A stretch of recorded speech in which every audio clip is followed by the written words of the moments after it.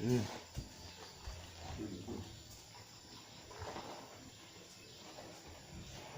กอัน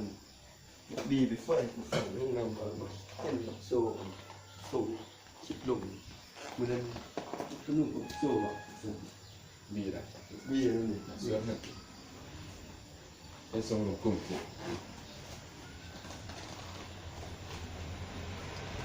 แล้วหนูก็ไปซ้อมไปแล้วอย่างสิ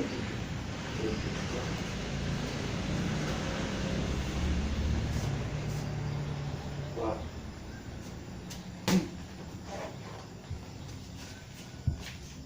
ยิงกระเวียนสำเร็จดูแสดงเป็นผู้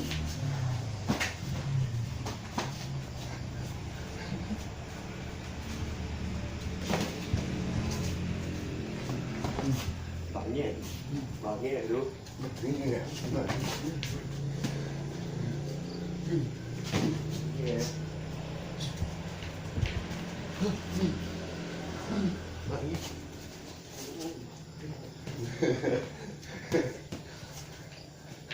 แง่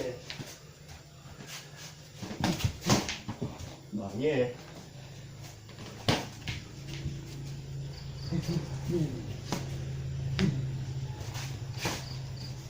บางแง่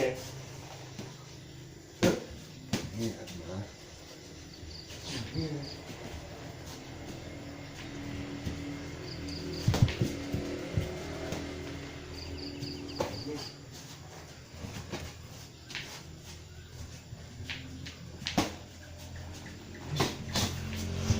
บางแง่บางแง่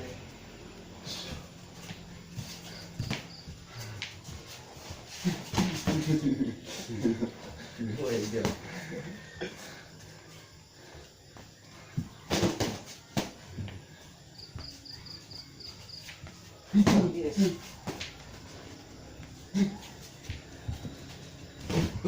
ยับน้ำ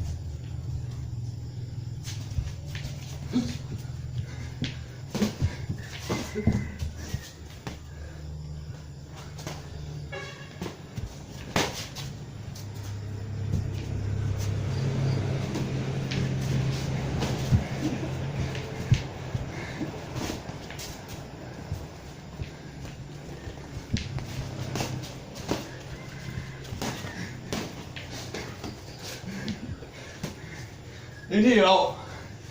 อีก5 นาทีนะ โอ้อีซ้ำยุกหรอ อีก3 ยกอ่ะ เนี่ยนี่